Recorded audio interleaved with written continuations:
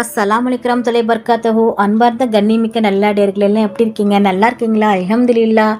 யா அல்லாஹ், யாரெல்லாம் என்னோட YouTube channel பார்க்குறவங்க, லைக் பண்ணுறவங்க, ஷேர் பண்ணுறவங்க, கமெண்ட் பண்ணுறவங்க, சப்ஸ்கிரைப் பண்ணுறவங்க, அவங்க எல்லாருடைய ஹலாலான துவாக்களும் ஏற்றுக்கொள்வாயாக. யா அல்லாஹ், ஆமீன்.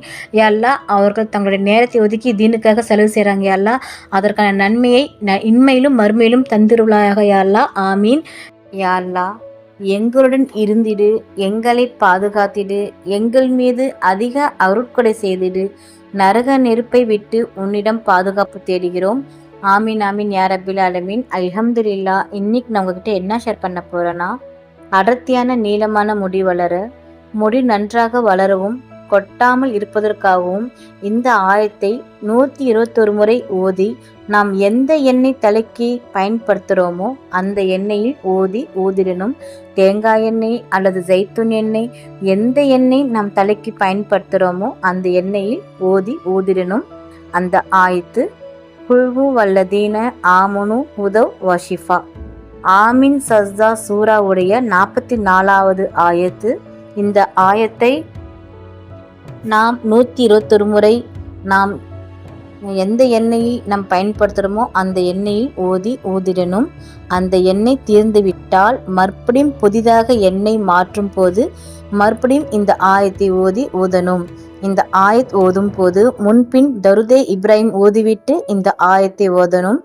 அதாவது ஆரம்பிக்கும் போதும் ஓதணும், அந்த ஆயத் முடிக்கும் போதும் ஓதணும். அந்த ஆயத் முடிக்கும் போதும் தருதே இப்ராஹிம் ஓதணும்.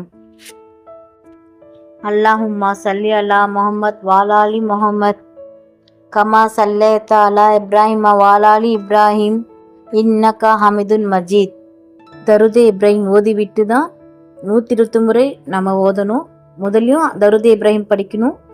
இந்த ஆயத் ஓதி முடிச்சுட்டு மறுபடியும் தருதே இப்ராஹிம் ஓதணும். சுத்தமாக இருக்கும்போது இந்த ஆயத்தை ஓதணும். குளிப்பு கடமையாக இருக்கும்போது இதை ஓதக்கூடாது. குரானில் இருந்து வரக்கூடிய ஆயத்துக்கள், அதனால் நம் சுத்தமாக இருக்கும்போது ஓதிக்கொள்ளணும்.